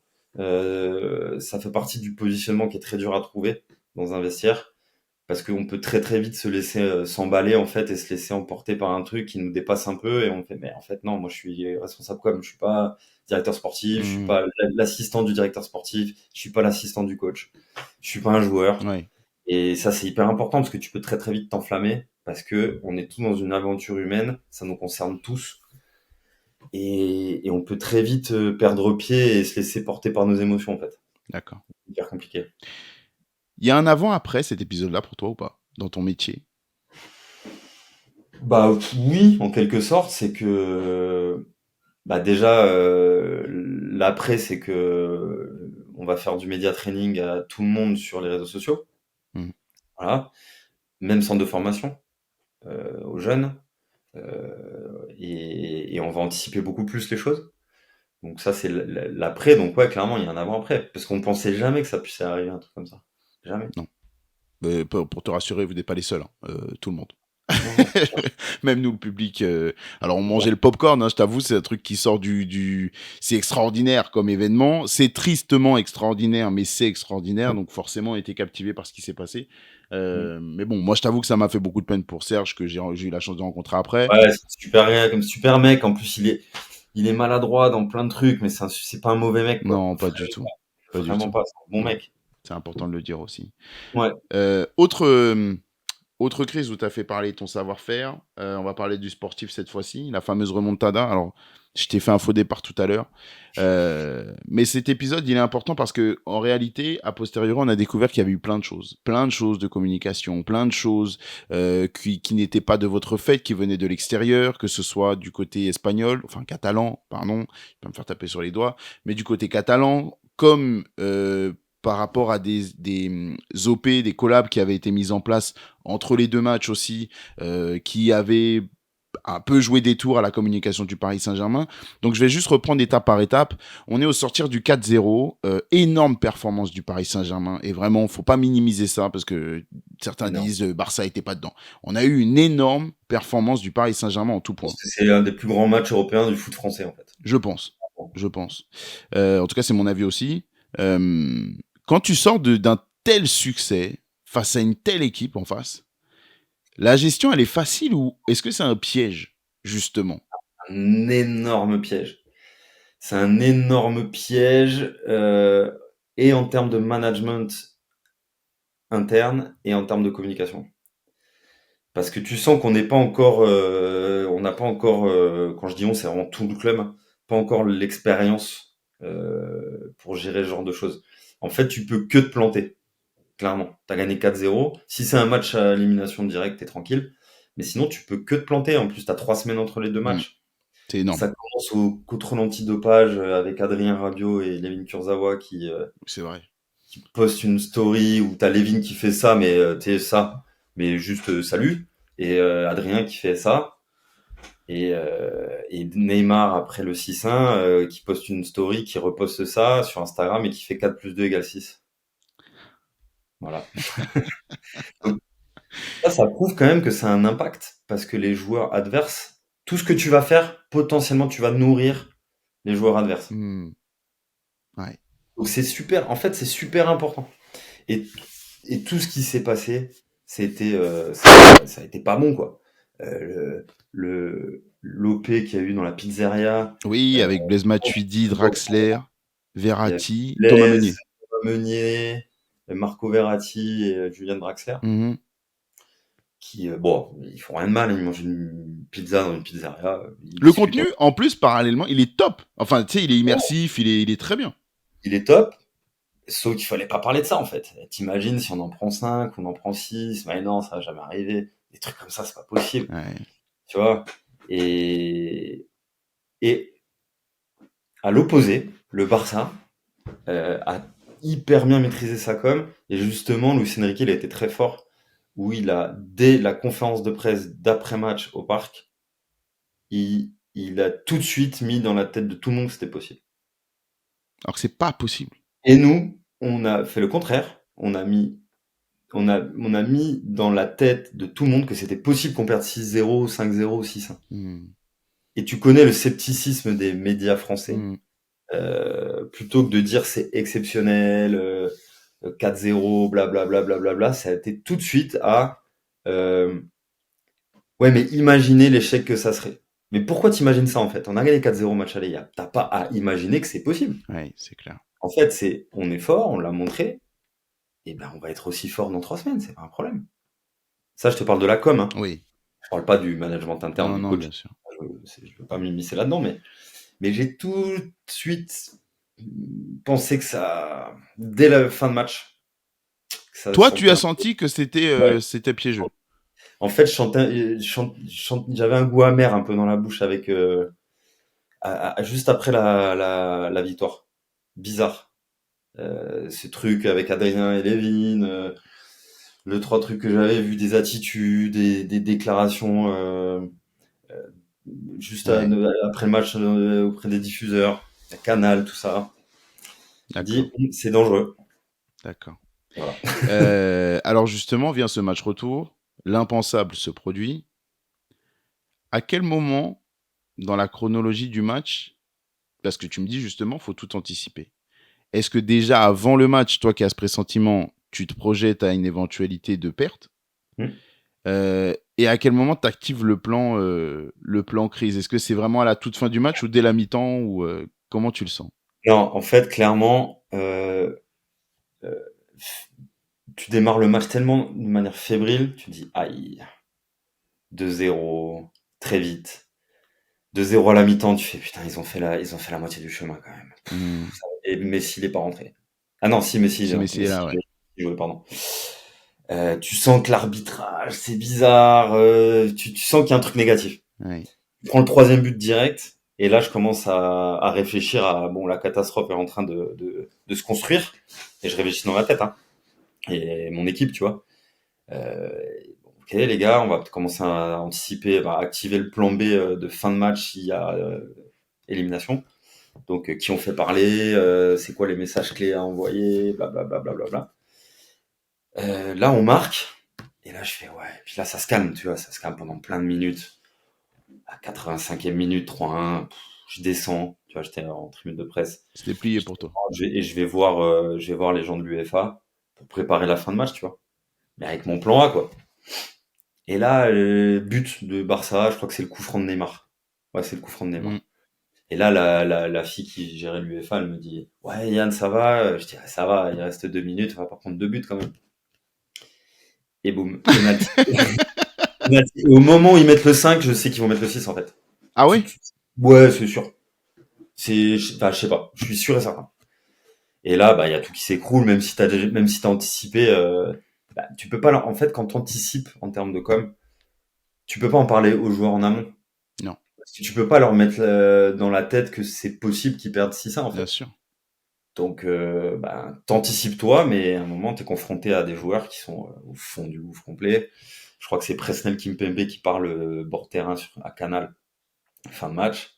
Je sais même pas comment j'arrive à le faire parler parce que il est dans un état, laisse tomber. Et je crois il y a le coach et Thiago Silva qui parlent à la fin, c'est tout, quoi. Mais c'est super dur. Toi, tu le vois ce vestiaire-là? Tu me parlais de l'après Barça avec le discours de Carlo. Mm. L'après remontada, c'est quoi? Parce que j'ai eu Blaise qui me dit, vraiment, Moi, je suis pas j'ai eu rentré envie dans le d'arrêter le vestiaire. foot. Je suis pas rentré dans le vestiaire parce que, encore une fois, il faut rester à sa place. Là, avec une telle désillusion, il n'y a pas de com qui tient, il n'y a pas de cahier des charges UEFA, il y a pas. Là, c'est humain, c'est le côté humain. Tu dis, mec, je suis pas à ma place dans le vestiaire, je vais les laisser Ouais. redescendre un peu, je vais les attendre, et puis après, voilà, petit à petit, on essaiera de rebosser, mais on va leur laisser une demi-heure tranquille, là, une demi-heure, trois quarts d'heure tranquille. Et là, je suis pas rentré dans le vestiaire. Donc, je suis incapable de te dire, D'accord. mais je peux imaginer un peu les Ouais, têtes bah qu'il bien sûr. Ce fantôme-là, est-ce qu'on le traîne aussi longtemps que ce qui a été dit dans les médias, ou est-ce que ça, c'est les médias qui l'entretiennent à chaque fois qu'il y a une défaite du PSG en Ligue des Champions? Ah bah, il traîne la remontada, à Marquinhos, le capitaine de la loose, ce genre de choses-là. C'est vraiment dans les têtes, dans votre gestion ou pas? Non, c'est nourri par les médias. C'est le pessimisme dont tu me parlais tout à l'heure. C'est nourri par les médias et ça arrive à un moment. Bah, ça arrive aussi en interne. Pourquoi? Parce que bah, t'as des conférences de presse, t'as des questions de journalistes, t'as des proches de joueurs qui rapportent que tel ou tel journaliste, ou tel consultant, ou tel article il y a pu avoir aux joueurs. Alors faut pas mettre les joueurs dans une bulle, hein, mais euh, mais ouais, tu le traînes un peu quand même. Tu vois, en fait, c'est un peu nourri par l'écosystème. C'est tout se nourrit, enfin tout est connecté en fait. Hmm. Même si tu penses que là on est plus fort qu'il y a 2 ans, on est tranquille, on est au Parc des Princes, boum, tu te reprends ça Ouais, parce c'est que vrai. Tu fais allusion à la performance contre Manchester? ouais voilà. Et après c'est pas, je vais pas donner plus d'importance aux médias que ça, hein, que ce que vous en avez parce que vous avez de l'importance.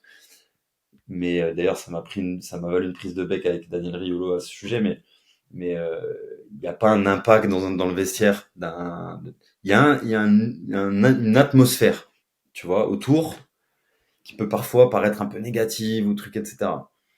Mais ça n'a pas non plus un impact direct, c'est-à-dire qu'un joueur doit être beaucoup plus fort que 3 articles dans la presse Oui. pour ne pas perdre un match, tu vois ce que je veux dire. Hmm. Donc c'est plutôt mental, c'est plutôt un truc mental. Moi je l'explique comme ça, je sais pas si j'ai raison, mais je l'explique comme ça. La gestion des égos. Au Paris Saint-Germain, on en a beaucoup, beaucoup, beaucoup entendu parler. J'arrive au chapitre de la MSN, qui est costaud aussi. Alors, tu n'es pas là jusqu'au départ de Kylian Mbappé au Paris Saint-Germain, mais tu gères deux ou trois petits épisodes quand même assez épineux. On va reprendre encore une fois dans l'ordre. Je vais demander de me parler de l'arrivée des trois membres de ce trio-là. Ouais. C'est pas en même temps, évidemment, même si pour deux d'entre eux c'est le cas, mais quelle différence tu fais, comment tu vis, toi, les événements successifs de ces arrivées-là? Euh, Bah en termes d'image, Neymar c'est ouf, c'est incroyable. Neymar c'est la façon dont le transfert se fait, c'est quasiment le meilleur joueur du monde à cette époque-là, avec voilà, en fight avec Messi, Cristiano Ronaldo bien sûr, mais il est plus jeune, c'est le Brésil. Quand tu kiffes le foot, c'est le Brésil quoi, c'est Hmm. l'ancien Brésil, tu vois. C'est Ronaldinho, c'est Rivaldo, c'est Bebeto, Ouais. Romario, etc. Et ouais, c'est ouf en termes d'image, c'est une marque, c'est incroyable. Donc la présentation elle est folle. C'est la plus folle que t'aies vécue? Ouais, parce qu'enfin on a fait une présentation au Parc des Princes. Hmm. Et pour moi en fait la présentation en fait les présentations doivent se faire aux fans, Oui, oui. pas aux Hmm. médias. Hmm. Les médias font partie bien entendu de la journée. Mhm. Et bien sûr qu'il faut qu'il y ait une conférence de presse, mais Mhm. aujourd'hui, tous les clubs font une conférence de presse pour présenter un joueur. Oui. Ce qui est complètement con. Présente ton joueur aux fans. C'est les fans qui sont les plus C'est ce qui est importants. fait beaucoup à l'étranger d'ailleurs. Exactement. Hmm. Le Real, c'est une institution. Mhm. Le Barça, bon là, ils ont plus leur stade, mais quand ils vont récupérer leur stade, je pense qu'ils vont le refaire. Enfin voilà, même dans d'autres clubs. Ouais. Et après, il faut que tu présentes, que tu sois Brest ou Dunkerque ou Paris Saint-Germain, c'est pareil. Tu dois présenter tes joueurs. Voilà. Donc cette présentation, elle était folle. Après, il y a eu toutes les activités médiatiques qu'on a fait autour. Un peu too much le nom de Neymar sur la Tour Eiffel, T'es pour too ma much part. pour toi? Ouais, pour ma part. Alors, après, non, le clin d'œil est sympa, Hmm. clairement. Le clin d'œil est sympa. En termes marketing, c'est génial. On reprend un peu ce qui a été fait à la Coupe du Monde 98 sur le Sur l'Arc de Triomphe? bus. Sauf que Hmm. là, c'est un Brésilien. C'est un peu différent, mais je comprends qu'il y a eu un peu des polémiques là-dessus. Mais je trouve que le coup marketing est intéressant. Par contre, moi personnellement, en tant que responsable. Comme je suis pas fan trop, si tu mets un peu trop le joueur au-dessus du Ouais, club. c'est ce que j'allais te demander. Ouais. En termes de com, hein, je parle. Mhm. Donc ouais, cette présentation elle est folle et on a vécu, je sais pas, 3-4 jours, on a fait 24 sur 24, très peu dormi, très peu mangé. Tu Euh, m'étonnes. mais c'était ouais, c'est une super bah, quand tu bosses dans le foot et que tu as la chance de vivre ces moments-là, faut kiffer, tu vois. T'es plus fort que Beckham alors même en gestion de l'événement. Bah en fait, c'est différent, les émotions sont différentes. Beckham, moi quand j'étais petit, je kiffais Beckham. Ouais. Quand j'étais petit, je kiffais pas Neymar, tu vois. Bien sûr. Tellement différent. Beckham, ouais, Beckham, c'est hallucinant. Mais ça reste une conférence de presse à l'auditorium du Parc des Princes. Ouais.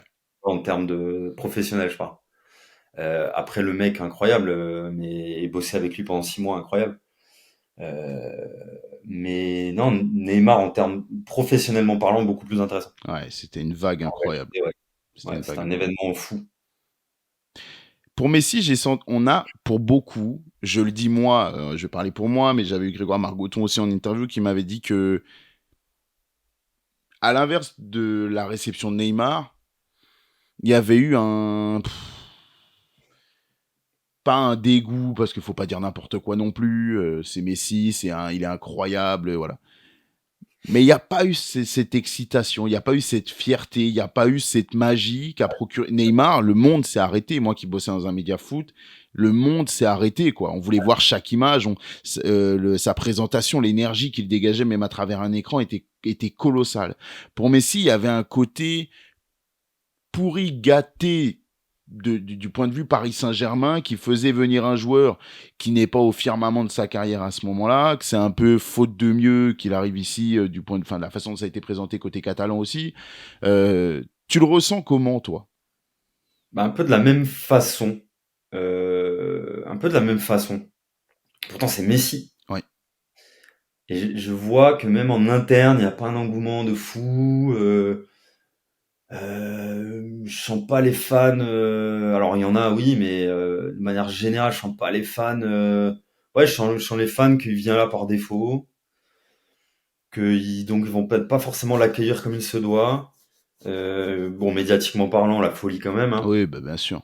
Télé du monde entier, médias du monde entier, des demandes dans tous les sens. Voilà, franchement, c'était assez fou. Mais moi, je pense que Paris, de manière générale, la ville, le club, les fans, etc., n'a pas traité Messi à sa juste valeur. Mm, C'est Messi quand même. Alors, c'était pas Messi à son top niveau. bien sûr. Messi à son top niveau, de toute façon, il n'est pas au PSG, il Non, reste au Barça. c'est clair. Donc, c'était le club de sa vie. Donc, mais en fait, on aurait dû avoir beaucoup plus de respect vis-à-vis de Messi de manière générale. C'est Messi quand même, tu vois. Mais est-ce qu'il n'y avait pas l'impression, et même en interne, je te questionne, qu'on avait déjà, entre guillemets, ce qu'il nous fallait par rapport à ça. Quand t'as Mbappé, quand t'as Neymar déjà dans tes rangs, alors encore une fois, j'ai un énorme respect pour Messi. Pour moi, c'est le meilleur du monde, le meilleur de l'histoire. C'est dans mon esprit, c'est ça. Mais j'ai l'impression que d'une, il n'y avait pas besoin de ça en magasin parce que il y avait de quoi faire. Qu'on a plus le côté, l'impression d'un transfert purement marketing qui était déjà là pour l'époque de Beckham. Le problème, il est là, c'est l'adhésion. En fait, je pense que les fans ne se sont pas appropriés cette équipe. Ils n'ont pas adhéré à cette équipe, je parle humainement parlant, émotionnellement parlant. Ils ont vu des gestes incroyables, des joueurs exceptionnels, tout ce que tu veux.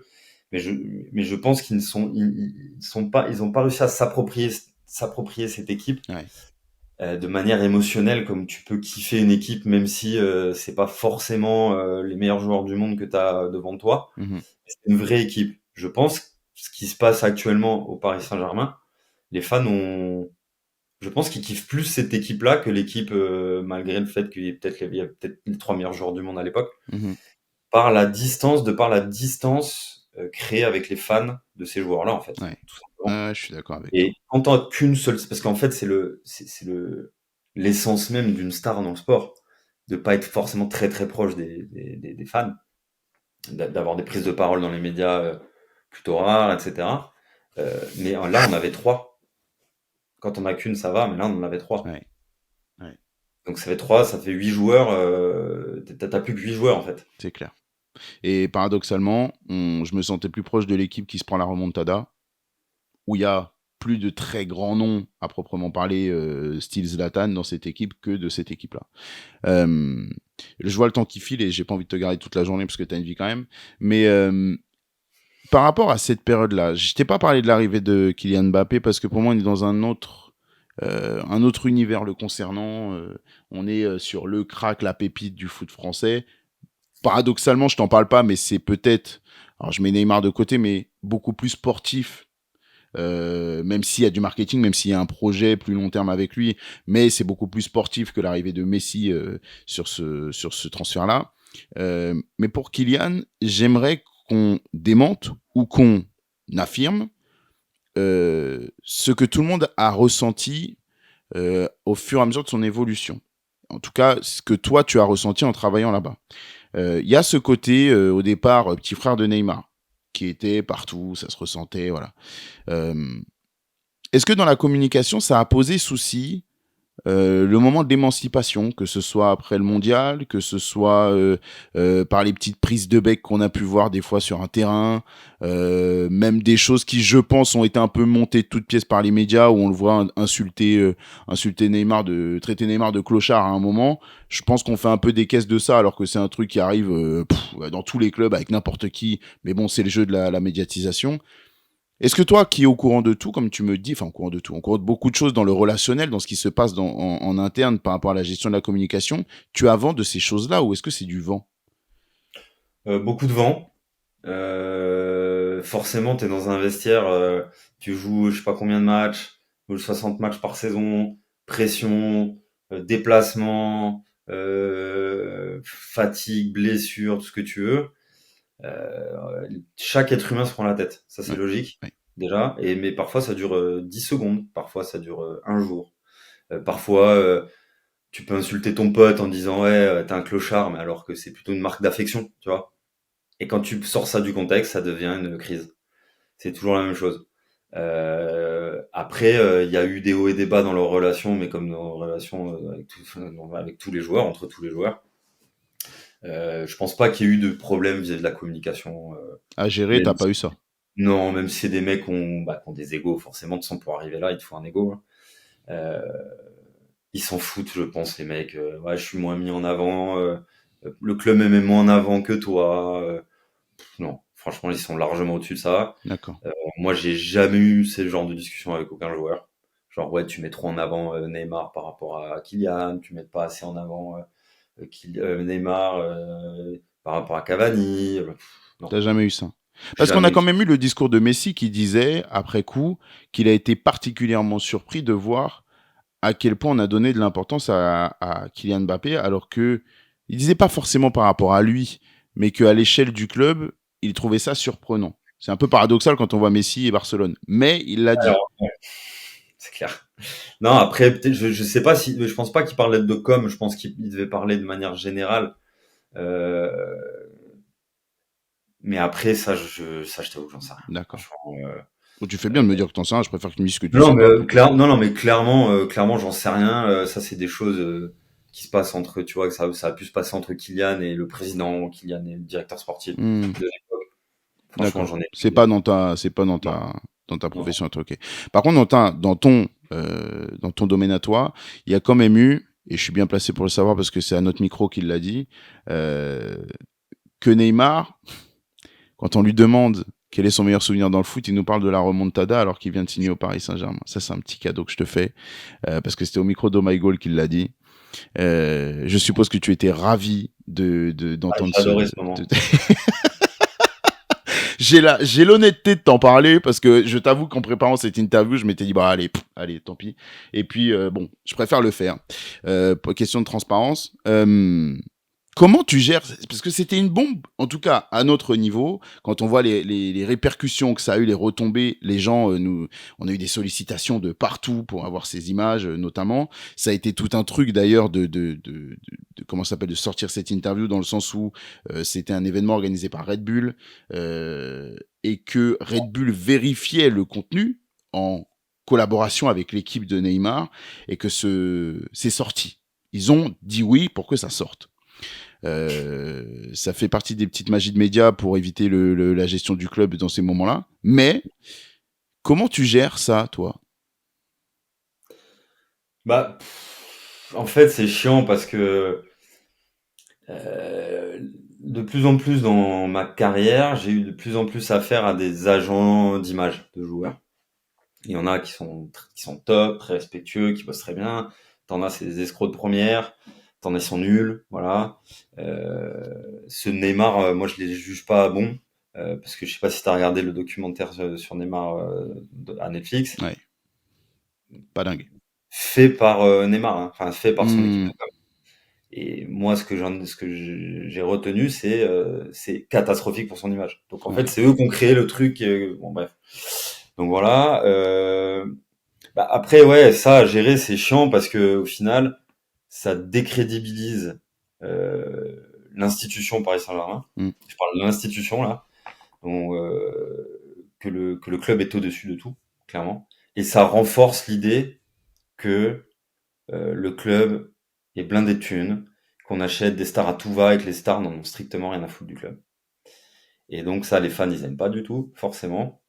Et donc là, en tant que club, bah, on doit essayer de trouver un moyen de défendre le club aux yeux des fans Mhm. sans attaquer ton joueur. Toute une gymnastique, pardon, qu'il y a à faire. Et ouais, et bien entendu, même si toi, en tant que responsable com, tu peux avoir la meilleure idée du monde, bah t'es en confrontation avec le directeur sportif ou le président même parfois peut dire non mais moi j'ai pas envie de critiquer tel joueur publiquement, tu vois. Ouais. Et donc là, bah au final, à la fin, tu ne fais rien parce Donc c'est que exactement, c'est pour ça que je te pose la question, c'est qu'il y a, enfin, de souvenirs, rien n'a été fait. On a laissé le temps passer. pour mon souvenir zéro, je pense, hein. J'ai pas le souvenir qu'on ait fait quoi que ce soit Non, là-dessus. j'ai pas souvenir non plus. Mais ouais, et donc au final, ce qui est hyper dommage, c'est que ça va pas dans le sens du club en fait. Non. Et au final, celui qui a gagné, c'est le joueur. Et les fans, c'est ce qu'ils vont retenir. Bien entendu, le joueur, il est ultra important. Bien entendu, ça c'est une de tes stars et que c'est quelqu'un qui va te faire gagner des titres et t'emmener à un niveau peut-être que tu as jamais atteint. Mais toi, en tant qu'institution, c'est ultra important. Tu peux très bien aller voir le joueur, dire écoute, bon voilà, t'as dit de la merde ou ça c'est hors du contexte, blablabla, on s'en fout. Juste pour info, nous, en tant qu'institution, on va être obligé de faire un communiqué remettant en question ce que tu as dit et te sanctionner. J'en sais rien, tu vois. On trouvera une sanction, un truc à la con. Pour info. Ouais. Comme ça, le joueur, il n'y a pas de souci. Ok, pas de souci. Et toi, en tant qu'institution, en termes de communication, t'as fait le job, tu vois. Ouais. Oui, t'es Donc, il y respecté. a des moyens. Je dis pas que c'est le bon moyen de le faire. Hein. Il y a des moyens de le faire. Ce qui est dommage, c'est d'arriver à une situation de blocage où ouais, mais il faut qu'on défende l'institution. Ouais, mais on n'a pas trop envie d'attaquer le joueur. Mais au final, on fait rien. Hmm. D'accord. Pour le dernier dossier, avant que je te laisse partir, si tu veux bien, comment je peux le formuler? Il tourne autour de la prolongation de Kylian Mbappé au Paris Saint-Germain, parce que tu es encore au club au moment où ça se produit. Euh, Non. Enfin, t'es pas au club au moment où ça se produit, pardon, tu t'en vas en Ah, mars. un mois et demi avant, je crois. Ouais, tu t'en vas en mars, mais tu es dans la petite guéguerre qu'il y a en interne, les discussions, je vais pas te demander d'infos sur la façon dont ça a été géré direction joueur. C'est pas du tout ce que le propos, mais le rôle du président, la communication autour de tout ça, la gestion des médias, tous ces éléments-là qui sont, à mon avis, encore une fois, je t'ai parlé du cas Neymar qui était plus qu'épineux. Là, on est encore dans une situation un petit peu complexe. Euh, la présence quasi systématique de Nasser El Khelaifi à chaque mauvais, surtout mauvais, parce que dans les bons, il est là, mais il monte aussi au front beaucoup dans les mauvais moments. Je parle d'élimination, je parle de frustration. Il ne se cache pas. C'est ce qu'on peut lui donner. Il ne se cache absolument pas, que ça en Mm. déplaise ou pas aux gens, mais c'est le cas. C'était le cas aussi avec Jean-Michel Aulas à l'époque. C'est apprécié. C'est pas apprécié. Beaucoup en ont un peu marre des fois de le voir partout, mais moi je trouve qu'il est dans son rôle. Déjà, ce serait bien d'avoir ton avis sur ça. Est-ce que pour toi il est dans son rôle ou est-ce que c'est trop? Bah, parfois, c'est un peu trop. En fait, pas forcément le nombre d'apparitions, mais je parle du contenu. Tu vois, quand ça va pas, il va dire, ouais, on a le meilleur entraîneur du monde. Arrête. Ouais. Tu vois, Mm. là, tu vas trop loin. Mm. Défends ton coach, défends ton club, pas de problème. Mais parfois, il est allé trop loin dans certaines déclarations. Mais après, moi, je trouve qu'il est dans son rôle. Quand ça va pas, je me rappelle, on avait perdu 3-0 à Montpellier, un match de Ligue 1, tu vois.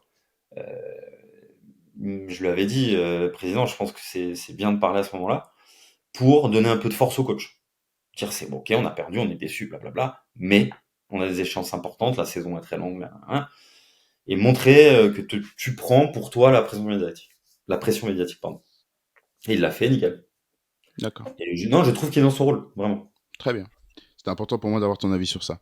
Mais donc, j'en viens à la communication autour du cas Kylian, où il y a eu Real Madrid qui a joué son jeu. Je pense que c'est très difficile pour le club qui possède le joueur de gérer un intérêt aussi puissant du Real Madrid, aussi insistant, parce que officiellement, c'est lisse, officieusement, c'est un peu fourbe, il y a des choses qui se passent, voilà.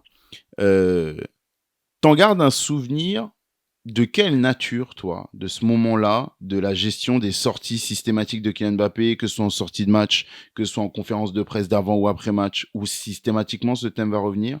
Tu me parlais d'anticipation. Est-ce qu'il y en a vraiment avec un joueur de cette envergure-là qui, en termes de communication, à bon escient ou mauvais, s'assume globalement? Comment ça se passe? Moi, mon job, c'est d'anticiper ce qu'il peut dire, tu vois. Là, on est dans une relation où potentiellement, on peut avoir des intérêts divergents. Mhm. Lui, potentiellement, il veut aller au Real Madrid à ce moment-là, j'en sais rien. Mais potentiellement, il est ce qui est pas potentiellement, il est en fin de contrat Mhm. et il peut partir au Real Madrid gratuitement. Ça, c'est les faits. Il faut toujours s'appuyer sur des faits Ouais. quand on gère les choses. Et potentiellement, on peut se retrouver avec des intérêts divergents. Lui, il veut vouloir communiquer sur, peut-être préparer les gens sur le fait qu'il va peut-être se barrer. Et puis nous, notre objectif en tant que club, c'est justement de, de l'engager sur la durée, en fait. Et donc, ben là, on est dans un truc où t'essayes de faire super gaffe avant de le faire parler, mais parfois tu tournes la tête et il est parti parler, quoi. C'est arrivé beaucoup? Non, pas tant que ça. Non, parce que déjà, Kylian, c'est quelqu'un de respectueux, déjà. Il Mhm. respecte les gens, il respecte le travail des gens. Ça, C'est c'est très important. important. Sa famille aussi, son entourage, que ce soit son avocate. Il y a toujours eu des relations, en tout cas avec la partie communication, je parle, hein, entre sa mère, son père, son avocate notamment. Toujours eu des relations très transparentes. Oui. Donc il n'y avait pas de volonté de nuire de la part de Kylian, tu vois. Maintenant, c'est des situations qui sont hyper inconfortables euh, du côté d'un club. Parce que t'es jamais sûr de ce que va dire le joueur. Mhm. Que ça soit un joueur ou un coach aussi, c'est la même chose, hein. Quand t'as un coach en fin de contrat, il est capable de sortir des trucs qui vont à l'encontre du club. Et toi, ben, tu peux rien faire en fait. Ouais. Toi, ton job, c'est de prouver que tu l'avais briefé. Ok. Voilà, si le mec il dit ce qu'il veut, ton deuxième job c'est d'alerter ta direction. Et après, c'est de prendre une décision en tant que club sur ça, soit un truc en interne, soit un truc, une com, voilà quoi. D'accord. Donc quand tu me parlais des longues nuits de réflexion, cet épisode en fait partie ou Ouais, mais c'est sur la durée, il n'y a pas vraiment de il y a pas eu clash de direct? clash, tu Mhm. vois, un truc explose. C'est plutôt un truc sur la durée. D'accord.